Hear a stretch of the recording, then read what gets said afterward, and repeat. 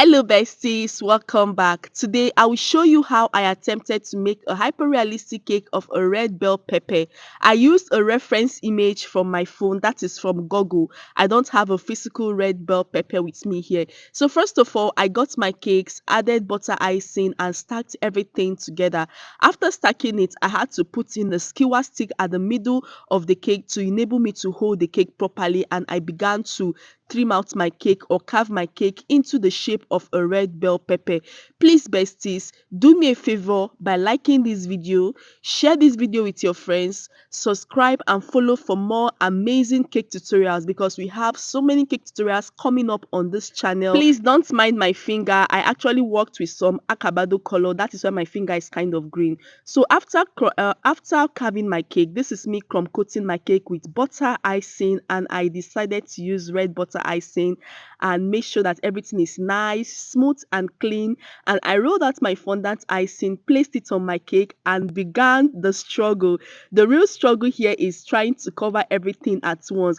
But once I see that the cake is a little bit like kind of tall to cover at once with this kind of method, I just make sure that each fondant meets by each side at an end, and then use my scissors to cut out the excess. Make sure you make sure that everything is well lined up. Then use your modeling tools to make those impression. When you see a red bell pepper, you will notice that it has some kind of line impression from the top to the bottom, then some on the top. So just make sure you make all those impression.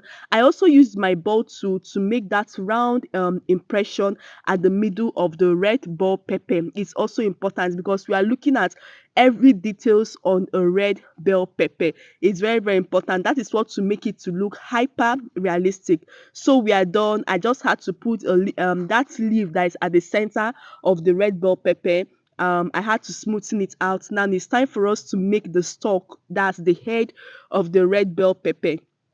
And one thing about this head, if you've been watching my video, you will notice that I had to insert a wire at the middle of this